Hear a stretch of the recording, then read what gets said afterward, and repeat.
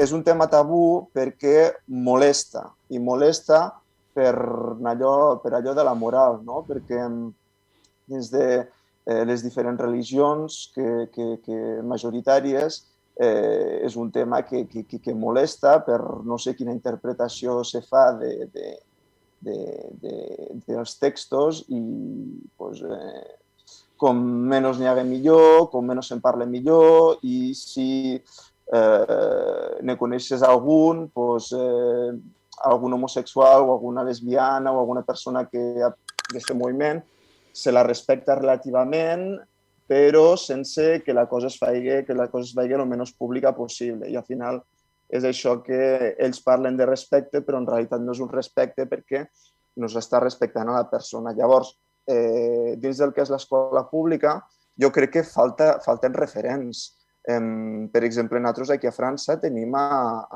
l'enfermera que va parlar-ne. I per què té que ser l'enfermera qui parla d'aquest tipus de coses? És a dir, com si fos una malaltia o com si fos una cosa així. No és l'enfermera qui n'ha de parlar, són els mateixos professors.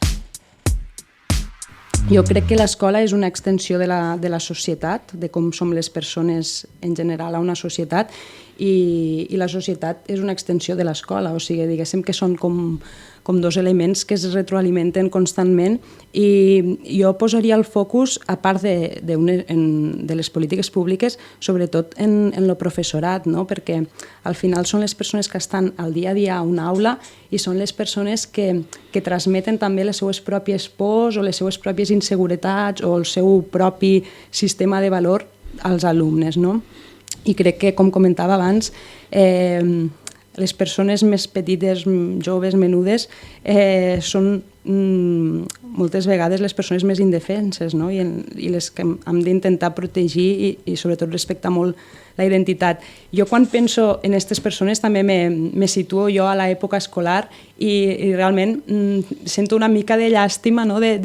d'estos jos menudets que érem i la indefensió en què ho vivíem, no? Perquè és veritat que trobàvem poques persones o ningú en les que poder compartir, que no teníem una manera de sentir que la societat ens dia que era la correcta o que era la normativa.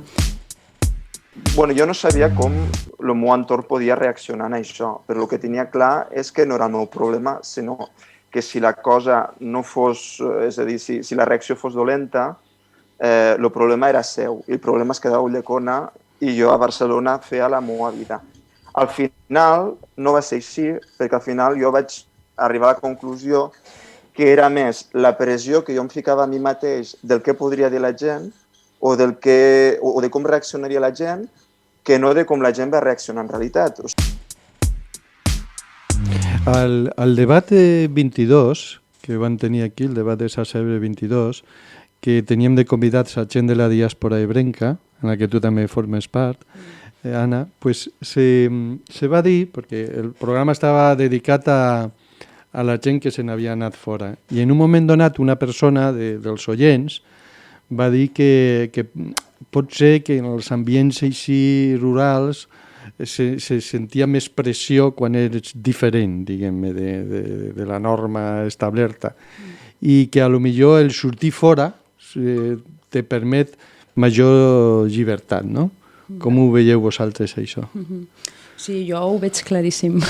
Cada vegada ho veig més clar de que, o sigui, evidentment que una generació potser anterior a la nostra, l'exili a la ciutat era molt habitual. Jo crec que potser era de les poques maneres de poder viure una vida lliure que tenia la gent, perquè clar, hem de recordar que potser als pobles on no existeix l'aspecte de l'anonimat, moltes persones van renunciar a la seva vida afectiva real perquè si no, no haguessin pogut viure a un poble. O sigui, jo crec que hi ha moltíssims casos als nostres pobles i a la nostra zona de persones que van decidir portar una vida heterosexual quan en realitat no és el que volien.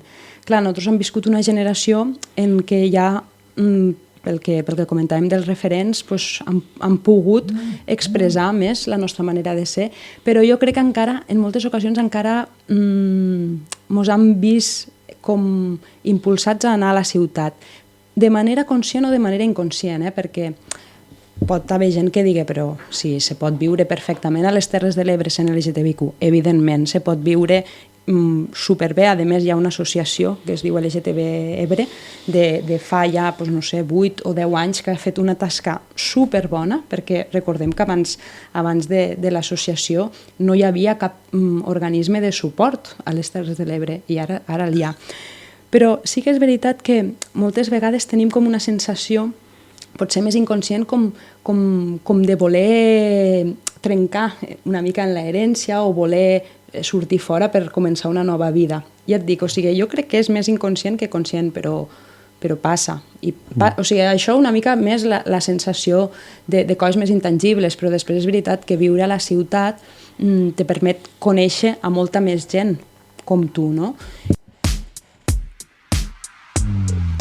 El treball s'haurà acabat el dia que una persona queer podrà créixer en un àmbit correcte, és a dir, sense haver de patir perquè passarà el dia en què ho explicarà a casa o el dia que quan un xiquet o una xiqueta o una persona no binària digui als seus pares soc gay o soc lesbiana o d'una altra realitat, això no suposi cap tipus de problema.